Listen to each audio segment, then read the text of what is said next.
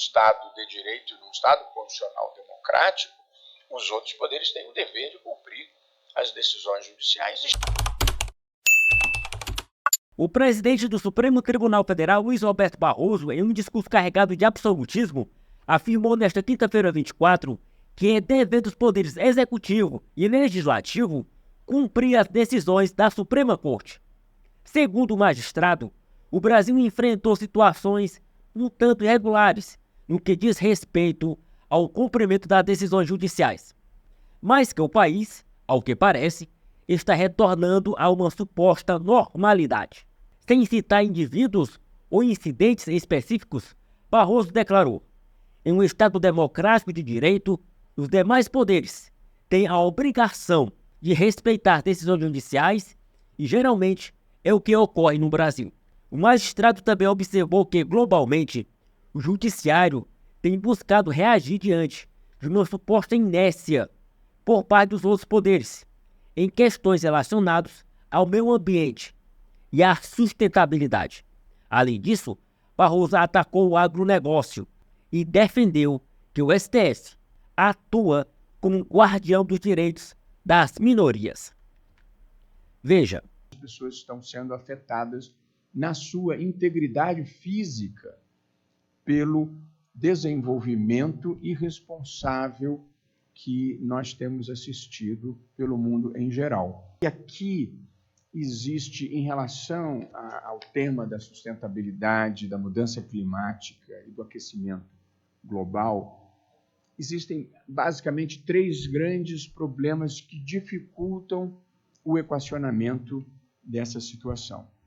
O primeiro deles é que ainda existe uma grande quantidade de negacionismo em relação ao tema.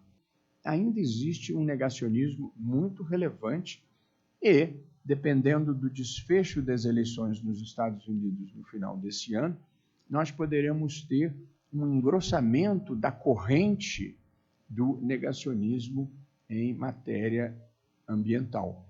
Portanto, uma combinação de ignorância com negacionismo é o primeiro capítulo das dificuldades. O segundo capítulo dessas dificuldades está associado à circunstância de que a política se move por objetivos de curto prazo, normalmente. E, na verdade, o impacto lesivo ao meio ambiente causado pelas condutas contemporâneas, eles só vão se produzir daqui a 25, daqui a 50 anos. Portanto, a política nem sempre tem os incentivos necessários para tomar as medidas, algumas antipáticas, algumas onerosas, que, na verdade, já são urgentes para enfrentar a crise climática que nós estamos vivendo. De modo que somam-se esses dois fatores, um misto de negacionismo com a falta de incentivos da política para a adoção dessas medidas. E, em terceiro lugar, a circunstância de que não adianta o Brasil tomar uma iniciativa, ou os Estados Unidos tomarem uma iniciativa, ou a China tomar uma iniciativa. E aí entra um pouco o judiciário nessa equação. A grande característica do Poder Judiciário é que os seus integrantes não são eleitos.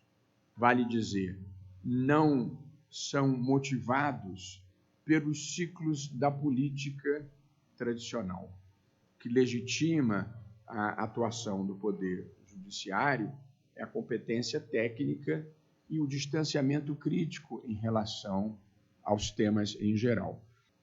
E, portanto, hoje em dia, quase todas as pessoas relativamente esclarecidas já têm ideia de que a mudança climática é causada, sobretudo, pela produção agrícola, pela atuação da agropecuária. E já começa a haver uma atuação mais importante do judiciário. E aqui vale uma divisão: o judiciário quando atua para fora, ou seja, julgando causas, e o judiciário quando atua para dentro, o que ele está fazendo para ele próprio enfrentar a mudança climática.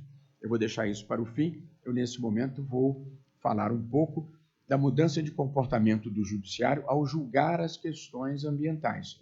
Diante da falta de incentivo da política e da omissão dos poderes competentes para atuar, um dos papéis do judiciário é fazer cumprir a Constituição e os tratados internacionais, mesmo no caso de omissão dos poderes competentes. É o que no Brasil nós chamamos de inconstitucionalidade por omissão. Porque um dos grandes papéis do Poder Judiciário é precisamente a proteção das minorias. Porque, não sendo um poder eletivo e não estando sujeito aos ciclos da política eleitoral, cabe ao Judiciário preservar o Estado de Direito e proteger os direitos fundamentais de todos, inclusive das minorias. Porém, mais do que isso, o Judiciário também intervém como um patrocinador da justiça intergeracional. Alguém tem que proteger as próximas gerações. E quem depende de voto não é votado por quem ainda não nasceu. De modo que esse é um papel que tem que ser exercido pelo Poder Judiciário de uma maneira geral. Apesar de as decisões judiciais enfrentarem muitas dificuldades no seu cumprimento, o Judiciário não tem controle nem do orçamento, nem das armas. Portanto, e interessantemente, a execução, o cumprimento das decisões judiciais, com muita frequência, dependerá da atuação dos outros dois poderes, daqueles dois que já não agiram, que motivaram a atuação do Poder Judiciário. De modo que o Judiciário tem um papel que foi se tornando progressivamente importante, mas o Judiciário não tem meios de executar as próprias decisões. Ele sempre dependerá da atuação dos outros poderes. Embora, num Estado de direito, num Estado constitucional democrático, os outros poderes têm o dever de cumprir as decisões judiciais, e geralmente é o que ocorre no Brasil. Nós vivemos situações um pouco anômalas, eu diria, em relação a essa matéria, a essa e a outras matérias. A vida parece ter voltado à normalidade. É um problema que no Brasil atual superou o negacionismo, em alguma medida superou a inércia.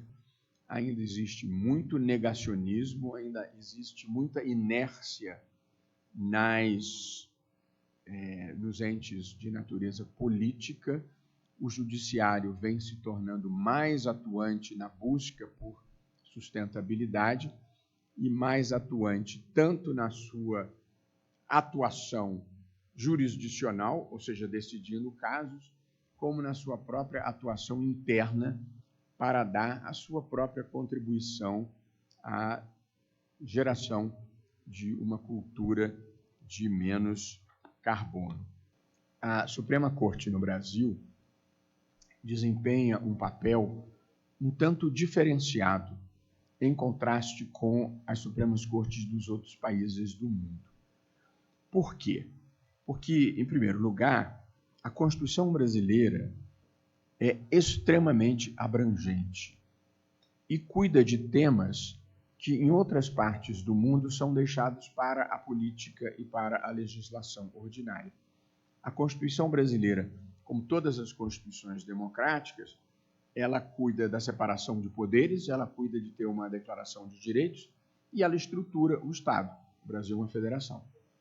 Porém, além de fazer isso, a Constituição brasileira também cuida do sistema tributário,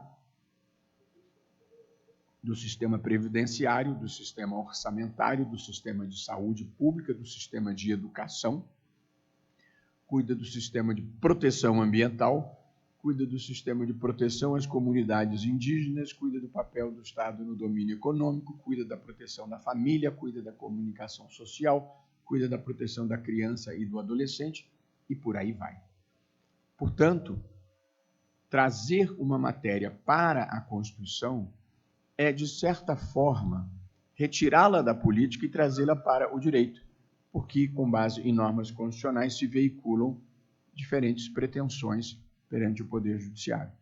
Além do que, é relativamente fácil chegar ao Supremo Tribunal Federal, porque nós temos ações diretas de inconstitucionalidade. Em resumo, para o ministro Luiz Roberto Barroso, o STF é quem manda em tudo e se os outros poderes não cumprirem as decisões dos ministros da Suprema Corte, é antidemocrático.